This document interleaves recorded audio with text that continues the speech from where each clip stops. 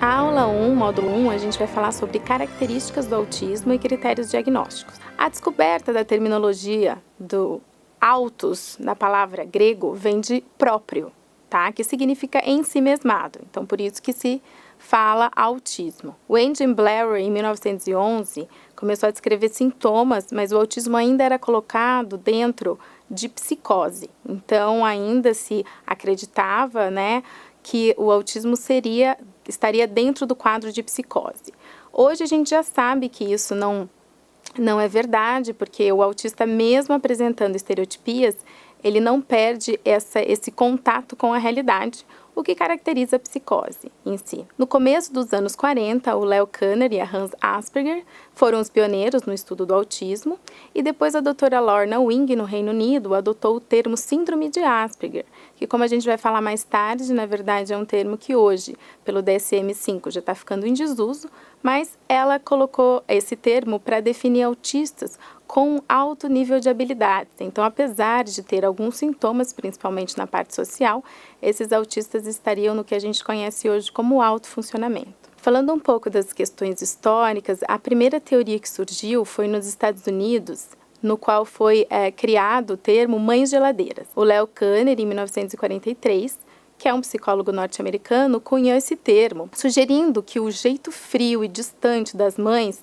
de se relacionar com os filhos promoveria neles uma hostilidade inconsciente. Lógico que esse psicólogo estava baseado na linha, então, que era muito forte na época, que era a linha psicanalítica. O Bruno Betlem, então, foi o primeiro a utilizar esse termo das mães geladeiras, tá? Então, ele colocava esse sentimento que levava os filhos a um isolamento mental. E essas teorias, então, afirmavam que era através do relacionamento com a mãe que esses primeiros sintomas ocorreriam. Depois, com o avanço das pesquisas neurológicas, ficou provado que o autismo é uma condição inata. E isso foi muito importante, tanto em termos de pesquisa, quanto até pelo impacto psicológico que a relação de culpa criaria com a família, quando, obviamente, no caso das mães geladeiras, teria sido citado que estaria relacionado na maneira como a mãe, então, se relaciona com essa criança. Então, hoje já é ponto pacífico pela ciência de que o autismo é inato, tá? Obviamente que qualquer intervenção tem que prever o relacionamento com a mãe, da mãe com a criança, mas isso não está relacionado à existência da condição do autismo em si. É importante que a gente entenda os critérios diagnósticos de TEA, né, do transtorno do espectro do autismo. É o DSM, o Manual Diagnóstico e Estatístico dos Distúrbios Mentais, que vai colocar isso pra gente. E no Brasil, é a CID-10 que vai colocar para os médicos, né, como fazer esse diagnóstico. Então, quais são os critérios nos quais os pacientes têm que se encaixar para que eles preencham todas as características do diagnóstico. Até maio de 2013, pelo DSM-4, ele colocava a nomenclatura transtorno invasivo do desenvolvimento, no qual ele dividia transtorno autista, transtorno de Rett, transtorno desintegrativo da infância, transtorno de Asperger, transtorno invasivo do desenvolvimento sem outra especificação. Então, vocês veem que essa nomenclatura ainda era bastante confusa, né? Quais eram as características? Uma marcante lesão na interação social, comportamentos não verbais, tais como contato visual, expressão facial, postura corporal e gestos para lidar com a interação social.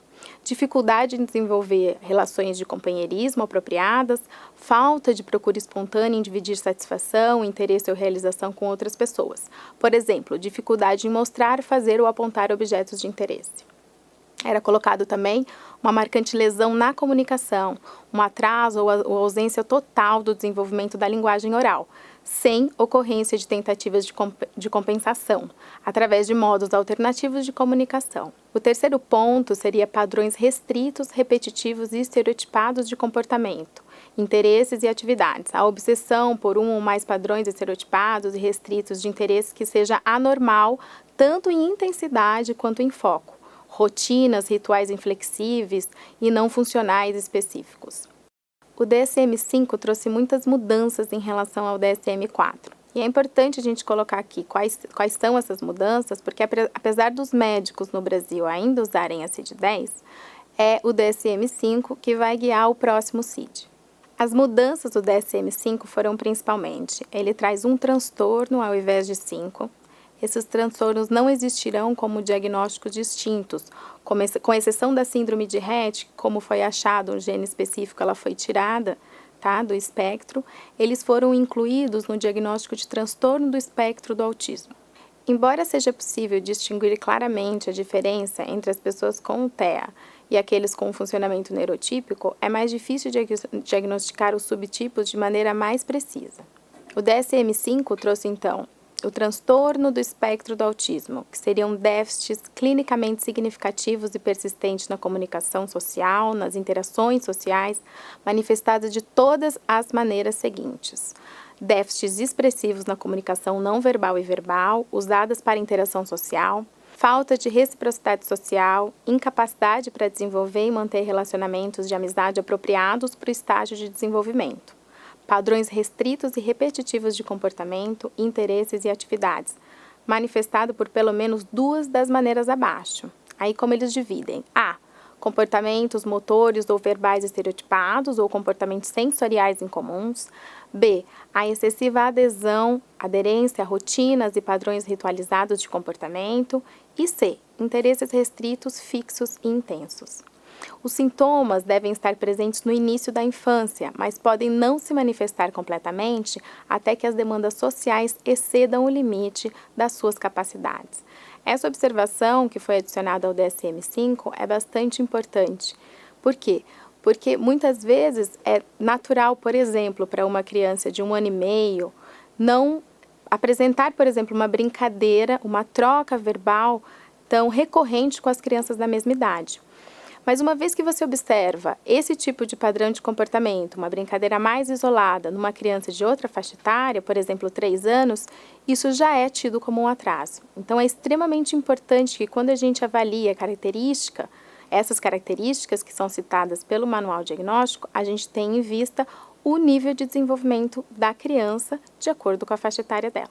Algumas características, alguns comportamentos que a gente observa em crianças com autismo são, por exemplo, alguns risos e choros inapropriados, um contato visual diminuído, as próprias estereotipias que também estão já presentes lá no DSM-5. Mas o que é importante a gente notar é que nem sempre essas características vão estar presentes em todos os autistas, Então, as pessoas perguntam muito: mas o autista é aquela criança que fica isolada, apresentando estereotipias na maioria do tempo? Não, não necessariamente. Nós temos crianças que, apesar de terem um déficit de habilidades muito consistente, elas apresentam um bom contato visual, por exemplo.